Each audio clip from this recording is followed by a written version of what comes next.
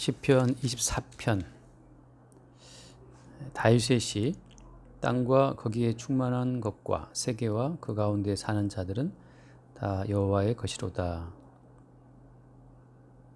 여호와께서 그 터를 바다 위에 세우시며 강들 위에 건설하셨도다. 여기까지 일단 보면 모든 것은 다 여호와의 것이라고 하잖아요. 여호와의 것이라고 말을 할 때는 그러면 반대로 내 것은 있다 없다? 내 것은 없다라고 하는 거죠. 모든 것이 여호와의 것이라고 하는 그 여호와의 그 것 속에, 여호와의 소유 속에 나도 포함되어 있다는 거죠.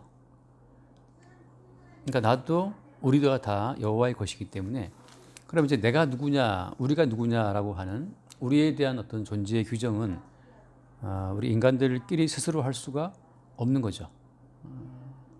시편 말씀대로 가자면, 시편 성경의 선언대로 가자면 모든 게 다 여호와의 것이라고 한다면 나도 여호와의 것이고, 또 우리가 여호와의 것이라고 한다면 뭐 내가 누구인지, 우리가 누구인지에 대한 그런 모든 것도 여호와에 의해서, 주님에 의해서만 이루어져야 된다고 하는 거죠. 다시 말하면 이제 여호와에 의해서 우리의 존재가 규정이 되지 않는 것, 그거 외에 우리 스스로 이제 내가 누구인지, 우리가 누구인지라고 하는 그런 모든 규정은 다 이제 거짓말이 돼요. 엉터리가 되고. 그래서 성경에서는 마귀를 말할 때 어떤 표현을 써요? 마귀를 말할 때 거짓의 압이라는 말을 쓰잖아요. 요한복음 8장에서 마귀는 거짓의 압이다.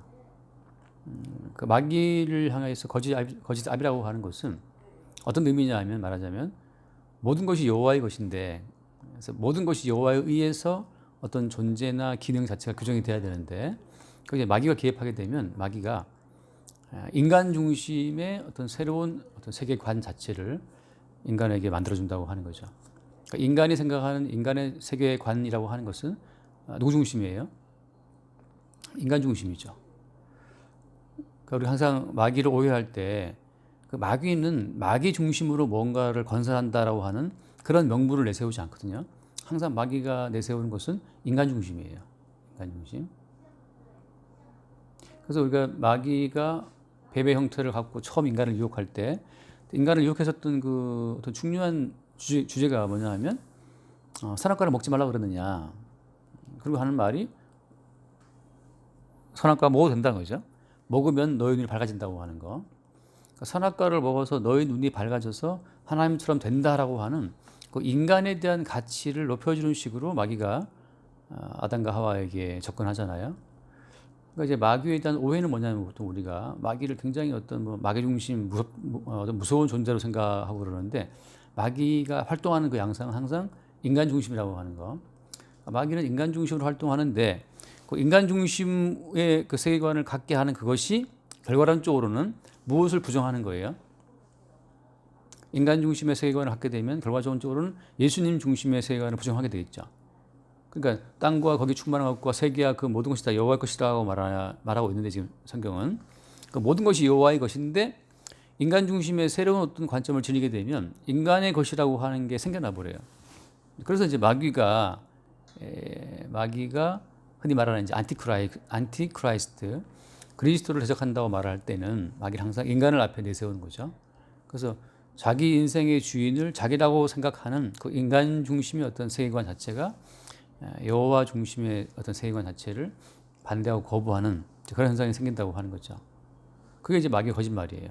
그래서 거짓의 압이라고 말할 때는, 그러니까 마귀의 거짓말은 항상 어떻게 돌아온다? 항상 마귀의 거짓말은 내 인생은 내 것이다. 내가 책임을 져야 되고 내가 만들어 가야 되고, 내가 뭔가를 해야 한다고 하는 나중심적인 어떤 가치관을 계속 갖게 하는 그것이 이제 마귀의 거짓말이라고 하는 거죠. 그래서 성경을 펼치면 모든 것은 여호와의 것이다 하고 말을 하고, 여호와께서 모든 걸 만드시고 운영하시는 그 기본 테마는 무엇이다? 테마는 예수 그리스도를 위해서 하고 있다. 그래서 골로새 1장 말씀 기억나죠? 골로새 1장 15절 말씀에 모든 것이 그로 말미암고 그를 위하여 존재한다고 말하고 있잖아요. 골로새 1장 15절, 1장 15절 16절. 그는 보이지 아니하는 하나님의 형상이시요 모든 피조물보다 먼저 나신 이시니 만물이 그에게서 창조되되 하늘과 땅에서 보이는 것들과 보이지 않는 것들과 혹은 왕권들이나 주권들이나 통치자들이나 권세들이나 만물이 다 그로 말미암고 그를 위하여 창조되었고라고 하거든요. 자, 지금 시편에서는 구약에서는 여호와의 것이라고 이렇게 말을 하고 있지만 신약에 들어와서 보면 구체적으로 여호와의 것이라고 하는 것을 좀 세밀하게 나눠보게 되면 이제 실제적으로 그것이 바로 누구냐 하면 예수님이었다고 하는 것을 이제 성경을 말하고 있는 거예요. 그 예수님 안에서 우리가 속량, 그 제사함 받았고 예수님을 위해서 모든 만물이 창조가 됐다고 하는 것을 이제 신약에 들어와서 말을 하죠. 더 구체화된 거예요, 이제. 그럼 왜 이 신약에 들어와서 예수님의 속량을 말하고 우리의 죄를 사하시기 위해서 십자가에 피 흘리신 그분이 사실은 모든 만물이 창조되고 기능하는 어떤 원인이고 목적이라고 하는 것을 신약에 와서 왜 이렇게 드러나냐 하는 거예요. 이제 그게 또 이제 우리가 성경을 보게 되는 하나의 중요한 이유가 돼요. 그냥 만물은 여호와의 것이다. 하나님 거지. 나도 하나님 것이고. 그렇게 넘어가면 되게 편하잖아요. 그럼 누구나 이해할 수 있지. 모든 만물은 하나님 것이고 여호와 것이고 우리 인생도 여호와의 것이고. 그러니까 잘 살아봅시다. 이렇게 말하면 아주 간단한 건데 이걸 신약에 들어와서 그 여호와가 실제로 누구였다? 실제적으로 우리 가운데 다가올 때는 이게 십자가에 죽는 예수로 왔다고 하는 거. 그냥 만물이 우리 인생이 여호와의 것이라고 하면 다 알아먹을 수 있는데 왜 또 예수님을 보내셔서 십자가에 죽게 하시고 그 예수님이 모든 만물이 주인이고 목적이라는 것을 또 뒤늦게 말씀하셔야 되느냐라고 하는 거죠. 그 사이에 여호와와 예수 그리스도라고 하는 등장 그 사이에 뭔가가 이제 있는 거예요. 그 뭐가 있느냐 하면 마귀의 거짓말에 미혹되어 있는 인간이 거기 이제 있는 거죠. 자, 그래서 사람은 자기로서 자기를 알아야 몰라요? 자기를 모르죠.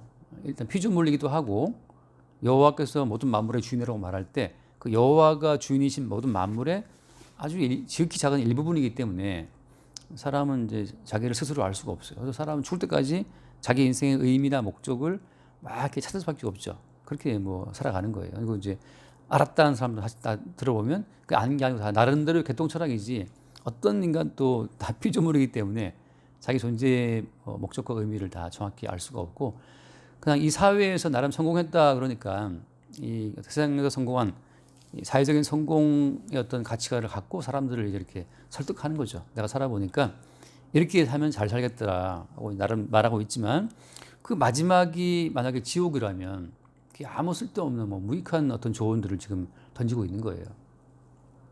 휴대폰에 저희 지금 매일 날아오는 게 주식 무슨 리딩방 어쩌고 하면서 이제 날아오는데 지금 하루에 몇 번씩 지워요, 그걸 차단하고.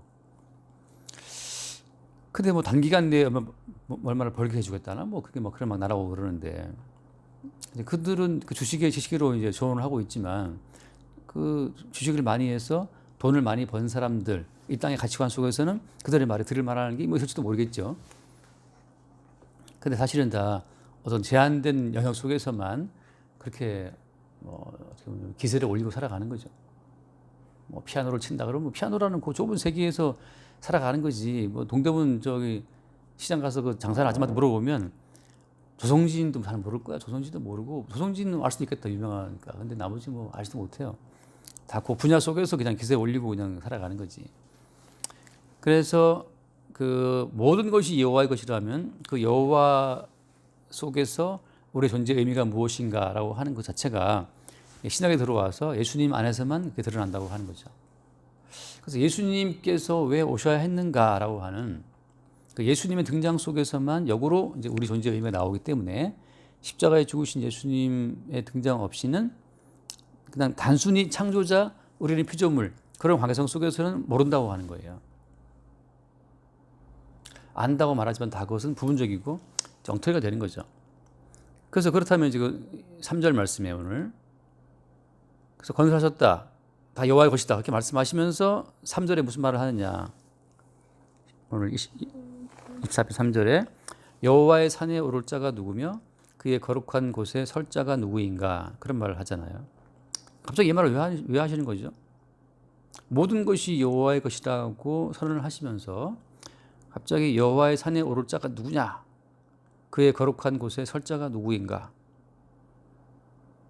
이렇게 말씀하시는 것은 다 내 것이다라고 말하는데, 다 내 것이라고 말하면서 동시에 또 여호와의 산, 거룩한 곳, 그런 이야기를 하고 4절 말씀에서는 손이 깨끗하며 마음이 청결하며 뜻을 허탈한 데 두지 아니하며 거짓 맹세하지 아니하는 자로다. 이렇게 말하면서 다 여호와의 것이지만 뭔가 여호와께서 구별해 놓으신 거룩한 곳에 설 자가 따로 있다는 것을 이제 말씀하시는 거예요. 모든 것이 여호와의 것인데 그 가운데에서 여호와의 거룩한 어떤 영역의 설 자가 또 누가 있는가를 이제 물어보시는 거죠. 근데 이건 사실 이건 이제 물어본다기보다도 일종의 하나의 이제 선언 같은 건데, 하나의 외침 같은 거죠. 선포 같은 거예요. 야, 누가 나의 거룩한 설소가 누가 어디 있어라고 물어보는 거죠. 베토벤 뭐 9번 칠 사람 누가 있어라고 말하는 거와 비슷한데, 그런 것처럼 이것은 이제 말하자면 성경이 나오는 어떤 큰 전제는 뭐냐면, 성경은 이제 언약이잖아요. 구약하고 신약이 있는 것처럼 언약인데, 늘 말하지만 하나님은 이제 언약의 하나님이시고 그 언약 가운데 일하신다고 하는 거, 이게 언제 이루어진 언약이라고 해서 항상 말을 해요. 하나님의 언약은 언제 그 언약이 기획된 거예요? 하나님의 모든 언약은 창조되기 전에, 그러니까 창조되기 전에 언약에 기반해서 창조가 진행된 거기 때문에, 설계도가 있고 건물이 지어지는 것처럼 이 모든 만물이 창조되기 전에 이미 설계도처럼 언약이 있었고 어떤 계시가 있었단 말이죠. 그 언약에 근거해서 지금 만들어진 거예요. 그래서 항상 늘 말하는 것처럼 창세기가 시작이 아니라 말이죠. 창세기가 아니고 오히려 신약 성경에 나와 있는 요한계시록 같은 그 창조 이전에 창조의 세계를 가능하게 했었던 그 계시의 세계가 그게 더 먼저예요. 시간적으로 보자면은. 그래서 언약의 세계 속에서 하나님께서 모든 만물을 창조하시기 그 전에 이미 거룩한 곳, 여호와의 산, 어떤 이런 개념들을 다 설정해 두고 그러니까 창조 자체를 진행하신 거죠. 그래서 여기서 말하는 거, 예를 들어서 여호와의 산에 오를 자가 누구냐라고 이렇게 물어볼 때, 그리고 5절 말씀에 그는 여호와께 복을 받고 뭐 의를 얻으리니, 그런 표현을 한다고요. 그래서 과연 여호와의 산에 오를 자가 누구냐라고 물어보시고 여호와의 산에 오를 자가 누구냐라고 하는 것으로서 만들어진 민족이 이스라엘이에요. 그리고 이스라엘 같은 민족을 통해 계속해서 여호와의 산에 오를 자가 누구냐라고 계속 묻는 과정 속에서 계속 아브라함이 나오고 뭐 이삭이 나오고 야곱이 나오고 나오는 거였죠. 그리고 여호와의 산에 오를 자라고 하는 그 아브라함과 이삭과 야곱과 뭐 그런 이스라엘 민족 전체를 쭉 이제 역사 가운데 펼쳐내 보이면서 역사 가운데 등장한 이스라엘이 과연 여호와의 산에 오를 자가 맞냐라고 이제 물어보는 거죠. 이게 참 이제 중요한데, 근데 어때요? 이미 결론 알고 있다시피 결론이라고 하는 것은 어때요? 이스라엘 민족 자체가 역사적으로 여호와의 어떤 거룩한 요구에 응답이 됐나요? 여호와께서 요구하시는 그 의로운 수준에 이스라엘이 도달했나요? 도달을 못했기 때문에 망한 거죠, 그죠? 역사적인 이스라엘은 망했어요. 바벨론의 포로로 끌려갔고 여호와의 계명 어떤 지키는 일에 실패를 했고 항상 무너져 버리죠. 그래서 이스라엘 역사를 등장시킴으로써 여호와의 산에 오를 자가 과연 있는가 자체를 주님이 인간 역사 가운데서 이제 묻고 있는 거예요. 여기서 이제 내가 여호와의 산에 오를 수가 있다라고 이제 이렇게 나오는 사람들이 어때요? 항상 있어요, 시대마다. 근데 어떻게 된다? 그런데 그런 모든 자들을 하나님이 다 실패하게 하시는 것으로 입증을 시키는 거죠. 그래서 이것을 이제 짧게 말하는 거예요. 짧게 말하면, 요약해서 말하면, 아브라함이 아이를 낳지 못했잖아요, 그죠? 아이가 없어가지고 어떻게 했느냐? 하갈의 조언 받아가지고서 하갈이라는 사라의 조언이죠. 하갈이라는 첩을 들이잖아요. 그래서 아들을 낳아요. 그 아들이 이름이 이스마엘이죠. 이스마엘. 자, 그래서 이스마엘이라고 하는 그 사람은 아브라함과 사라의 그 인간적 아이디어의 산물이에요. 우리가 지금 아이를 못 낳고 있으니까 그러면 시바지를 드리자라고 하는 그 아브라함과 사라의 어떤 아이디어의 산물로 나온 게 이제 이스마엘이죠. 자, 근데 그 어때요? 그런데 그 이스마엘은 여호와의 산에 오를 자가 아니라고 하는 것으로 결론 나잖아요. 나중에 하나님께서 아브라함에 말씀하시기를 이스마엘을 추방해라, 쫓아보래요. 그래서 그리고 어떻게, 그리고 사라의 경수가 끊어지고 아브라함이 늙어서 이제 아이를 못 낳게 되었을 그때의 약속의 말씀으로 내년 이맘때 아들이 있다라고 말씀하시거든요. 그래서 인간적으로 태어난 그 모든 아들을 배척하면서 인간적인 모든 수단이 끊어지는 그 어떤 시점까지 계속 어떤 계획적인 방치인데 방치했다가 약속의 말씀에 의해서 이스하크라는 아들을 나오게 하거든요. 할례를 통해서. 그래서 여호와의 산에 오를 자가 누구냐라고 선언하는 과정을 통해서 여호와의 산에 오를 자가 마치 자기들인 것처럼 뭔가 이렇게 계명을 시키고 말씀을 시키고 인간적인 방법을 동원해서 아이들을 동원해서 막 여호와의 산에 오를 자가 등장 쭉 하고 있는 상황에서 하나님이 그 인간적인 이스라엘을 다 배척하시고 다 물리쳐 버리시고 약속의 말씀에 의해서만 한 새로운 어떤 씨를, 한 새로운 민족을 나타나게 하신다고 하는 거죠. 그게 이제 이삭이에요. 그런 것처럼 여호와의 산에 오를 자는 사실은 아무도 없다라고 하는 것으로 계속해서 역사 가운데 그 어떤 과정을 뿌리는 거죠. 아무도 여호와의 산에 오를 자는 없다라고 하는 것을 계속 선언하시면서 그 어떤 그 이면에서 여호와의 말씀에 의해서 한 새로운 어떤 종자들을 계속 주님이 만들어내시는 과정이라고 하는 거. 그래서 그들을 통해서만 이제 여호와의 산에 오를 자가 누구냐라고 하는 것이 말하자면 응답되게 하는 거예요. 이건 거의 다 아는 얘기고. 자, 그럼 어떤 식으로 이 여호와의 산에 오를 자가 나타나느냐라고 하는 거. 아까 이제 말했던 잠깐 이삭 얘기했지만 사람들은 이제 우리가 여기 있고 여호와의 산은 저기 있고 히말라야처럼 올라간다라고 생각한다고요. 그 에베레스트 산에 그 레인보우 밸리라는 유명한 계곡이 있는 거 들어봤어요? 레인보우 밸리. 에베레스트 산이 높잖아요. 그 8,800m 그 높은 곳이 되는데 전 세계 사람들이 에베레스트 그 날씨 좋을 때 거기를 올라가려고 올라갔다가 어떤 정상을 등정을 하고 내려올 때 대부분 다 죽는데요. 내려올 때 산소 모자라고 뭐 기압 안 맞고 지쳐갖고 다 죽는데 전 세계 등산객들이 이제 나름 한다는 사람들이죠. 다 등산 복도를 입고 올라갔다가 내려오면 다 죽어서 그대로 얼어가지고서 드론 띄워서 하늘에서 보면 정말 노란색 이거 노란색 파카를 안 그러면 뭐라 하지?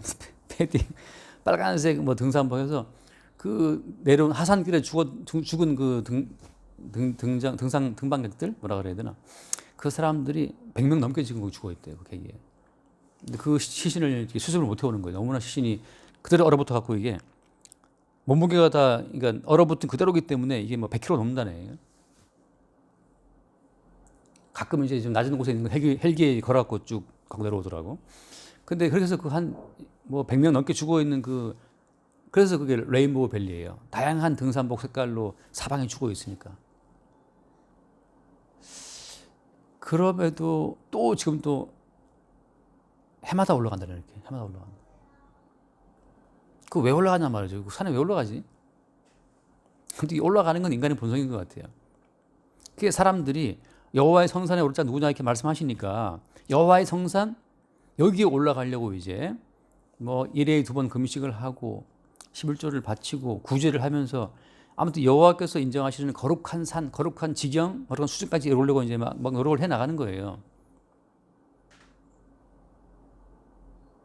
그게 선악과를 먹은 인간의 자연스러운 하나의 본성이에요. 하나님 말씀하시면 난 지키겠다라고 이제 그 말씀에서 요구하는 거룩한 어떤 산까지 한번 가보겠다고 이제 나서는 거죠. 근데 어때? 근데 아무도 여호와의 거룩한 성산에 도달할 자는 사실은 있다 없다? 없다라고 하는 그것을 또 성경에서 뭐라고 증언해요?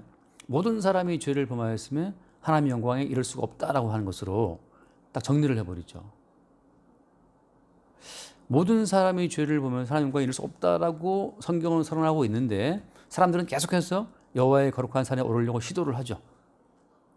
마치 에베레스트에 올라가서 행여 등정했다 하더라도 내려올 때 죽는 그 레인보우 밸리의 그 수많은 그 지금 그대로 냉동된 어떤 그 등산객 그거 뭐라 하지? 등산객이 아니지 그런 사람 뭐라 하지? 네, 산악인들처럼 말이죠. 다 전 세계 내노를 하는 사람들이 거기 간 거예요. 그 산악인들이. 그런 것처럼 지금 또 뭔가 교회 내에서 어떤 종교적인 힘이 강한 사람들은 이 말씀대로 지켜보겠다고 지금 이 거룩한 성산에 올라보겠다고 지금 단단히 무장하고 지금 올라가는 거지 말이죠. 근데 아무도 어때요? 아무도 사실은 주님께서 요구하시는 수준에 도달할 자가 아무도 없어요. 아무도 없다는 사실을. 그렇다면 그것을 뭘 말하겠습니까? 아무도 없다고 하는 것은 하나님은 이미 인간의 모든 행위 자체를 어떤 가치 있게 보이지 않는다는 사실을 지금 이미 말하자면 선언하고 있는 거죠. 어떤 인간의 행위도 하나님 앞에 의미가 없다. 그런 것을 주께서 말씀하고 있는 과정 가운데에서 그럼 어떻게 이 성산에 오른다는 이 말씀이 이루어지냐 하면 그래서 아까 이제 예수님 말씀했는데 말하자면 이제는 거룩한 산이 인간 가운데로 내려온 거예요. 에베레스트가 그냥 지금은 8,800 몇 미터지만 그게 주저앉아가 내려왔다고 칩니다. 내려온 거 마찬가지라는 거죠. 거룩하신 주님이 친히 육신을 입고 이 땅에 내려와 버렸어요. 그래서 사실 말씀이 뭐예요? 말씀이 육신이 되어 우리 가운데 거하시며 그러니까 거룩하신 그분이 이 땅에 내려와서 우리 가운데 거하시는 거예요. 우리 가운데 어떻게 거하시느냐? 우리 가운데 거하시는데 여호와의 산에 오를 수 없는 우리의 모든 약점을 다 대신 짊어지고 본인이 십자가에 못 박혀 저주를 박는 방식으로 그래서 본인이 모든 말씀을 그 율법의 1.1을 다 성취하시고 성취해 놓으신 그 모든 성취의 효력을 가지고 우리 가운데 다시금 새롭게 찾아오시는 거죠. 그래서 이 지금은 거룩한 산이 말하자면 예수 그리스도의 그 거룩함이 그의 살과 그의 피의 어떤 그런 그 형상화를 통해서 사실 말씀인데 모든 걸 이루시는 그 말씀을 통해서 우리 가운데 들어오신 거죠.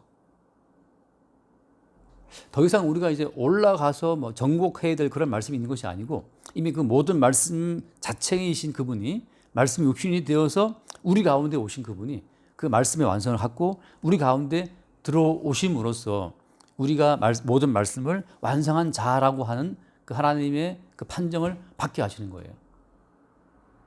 자, 그럼으로써 동시에 뭐도 이루어지는 거냐 하면 모든 만물이 여호와의 것이라고 하는 그 모든 만물이 여호와의 것이라고 하는 그 여호와의 소유라고 하는 것도 동시에 이루어지는 거예요.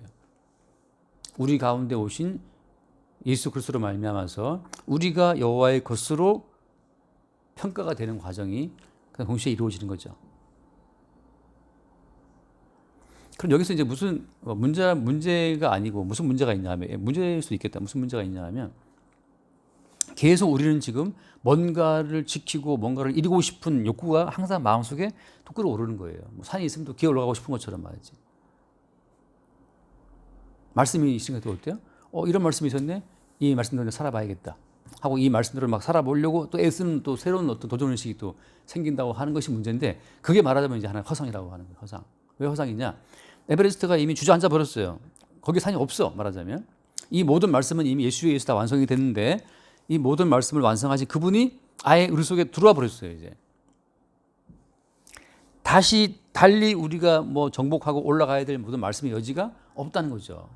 그러니까 내가 무슨 말씀을 지킨다고 하는 것은 이게 일종의 말하자면 허상이에요. 아까 말했던 마귀의 거짓말. 네가 이 말씀을 지켜야지 하나님이 기뻐하시지 않겠냐라고 하는 것 자체가 마귀의 거짓말이라고 하는 거예요. 이 말이 되게 좀 어렵나? 어렵기도 하고 헷갈리기도 하는데 항상 사람은 성경을 볼 때 예를 들면 뭐 여기는 마땅치 않네. 마음이 청결하며 그러면은 마음이 청결하려고 또 애를 써요. 청결한 마음의 산을 올라가려고 애를 쓰는 거지. 근데 무엇이 청결한 거예요? 무엇이? 악한 걸 생각하지 않고 그럼 청결한 것인가? 에베레스트의 그 수없이 많은 그 정상 가운데 한 덩어리에 불과한 것이고 주님께서 하시는 모든 말씀은 마음이 청결하다고 하는 것 자체가 뭐냐면 모든 계명을 이루신 예수 그리스도의 그 은총을 덧입고 있을 때 그게 청결한 거란 말이지. 독자적으로 내가 청결을 이루기 위해서 내 마음을 청소한다? 뭐 인동주의 시처럼 말이죠. 한 달 그릇을 한 잔 부끄러 먹기를 입술에 있는 바람까지 그냥 괴로워하면 하나님 보시기에 청결한 것인가? 그게 아닌 거죠. 그래서 입술에 있는 바람에도 괴로워하는 그 인간의 시인의 양심이라고 하는 그것 자체는 결국 그 레인보우 밸리에서 얼어 죽게 될 그런 양심이라고 하는 거. 그럼 무엇이 청결한 것이냐? 말씀 육신이 되 우리 가운데 오신 그 예수님의 성취를 덧입고 있는 그것이 청결한 양심이라고 하는 것으로 성경은 다 바꿔서 지금 말하고 있는 거죠. 마귀는 뭔가 마귀는 계속해서 너의 독자적인 의로움을 가지고서 여호와의 산에 오르라고 말하고 있고, 주님께서 하신 말씀은 니들이 오를 거 없어. 내가 이미 너희 가운데 왔기 때문에, 내가 모든 성취를 가지고 너희 가운데 와서 너희 안에 있다라고 말할 때는, 그래서 이제 우리가 예수의 것이라고, 이제 예수님의 것이라고 우리가 다시 불리게 되죠. 그래서 여기서는 여호와의 것이지만 시장에 와서는 어때요? 사나저나 우리가 그리스도의 것이라고 하는 표현을 써요. 여기서는 여호와의 것이지만 시장에서는 그리스도의 것으로 바뀌는 거예요.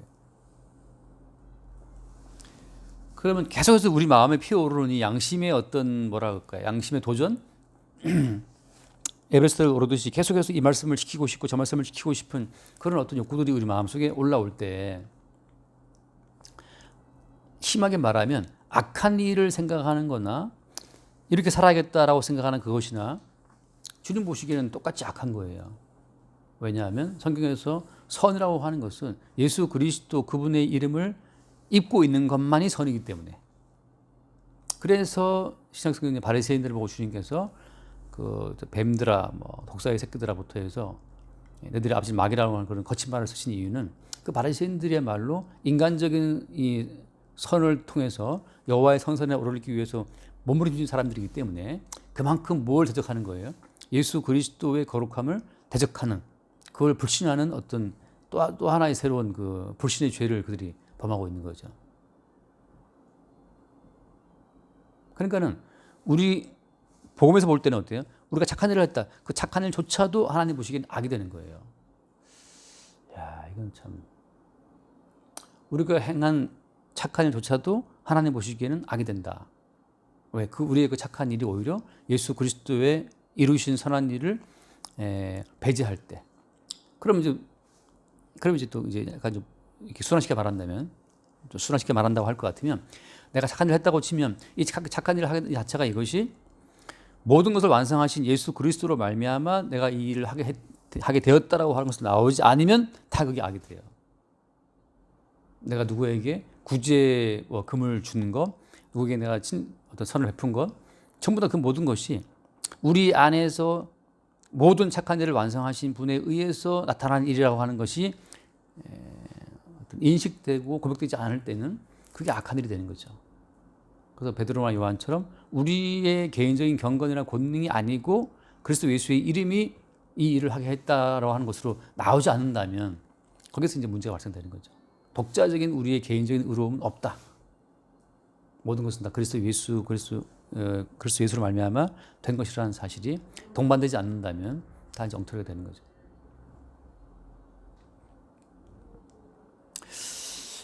여기까지 할까요? 그래서 그 끝에 6절 보면 이는 여호와를 찾는 족속이요 야곱의 하나님의 얼굴을 고란 자는 표현을 쓰는데, 하나님의 얼굴이라고 하는 것은 뭐가 하나님의 얼굴입니까? 하나님의 얼굴이라고 하는 것은 예수 그리스도가 육신을 입고 오신 예수 그리스도가 하나님의 얼굴이죠. 하나님이 당신을 역사 가운데 계시에 보이신 그 마지막 모습은 십자가에 죽으신 예수 그리스도. 하나님이 본 사람이 아무도 없지만 누가 봤느냐? 독생하신 하나님이 나타났다는 그 표현처럼 요한복음 1장 나오죠. 하나님을 본 사람이 아무도 없지만 아버지 품속에 있는 독생하신 하나님, 예수님 나타났다는 표현을 쓰는 것처럼 이 땅에 오셔서 십자가에 못 박혀 죽으신 그분이 하나님의 얼굴이에요. 그럼 그분의 얼굴 왜 이렇게 고통 가운데 피 흘리고 있는 것이냐라고 말할 때는 여호와의 성산에 이를 수 없는 어떤 우리의 모든 그 약점들을 대신 안고 그분에게 피 흘렸기 때문에 이제 그분이 성산에 오를 수 있는 모든 조건 자체를 그분의 피로 준비해 주신 거죠. 그런 과정을 왜 또 필요하냐고 물어본다면 아까 말한 것처럼 예수 그리스도가 주되신 예수님이 우리의 주되시기 위해서 필요한 모든 과정이에요. 그런 과정이 없이는 우리는 다 자기 개인의 의로움을 절대 포기를 못해요. 사람은 자기의 의로움을 절대 포기를 못한다. 끝까지 그 레인보우 밸리에 올라가는 그들처럼 계속 우리는 그 나름의 어떤 거룩한 목표를 두고 하게 돼 있어요. 자기 가능성을 믿는 거죠. 우리 가운데 오신 예수 그리스도를 말미암아 이 일을 했다라고 하는 것으로 나의 모든 행함이 묻히지 않는다면 그 모든 것이 다 우리 주님 보시기에 죄가 되는 거죠. 여기까지 합시다.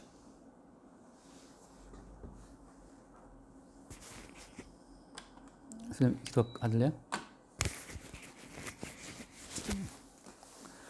기도합시다. 주님 감사합니다. 오직 우리 가운데 주의 사랑과 은혜를 십자가에 죽으신 예수 그리스도로 나타내신 것을 감사합니다. 하나님의 긴 어떤 겪는 역사를 그리스도 예수의 십자가로 다 제대로 볼 수 있도록 우리의 안목을 새롭게 하여 주옵소서. 우리 주 예수 이름으로 기도드립니다. 아멘. 기도합시다.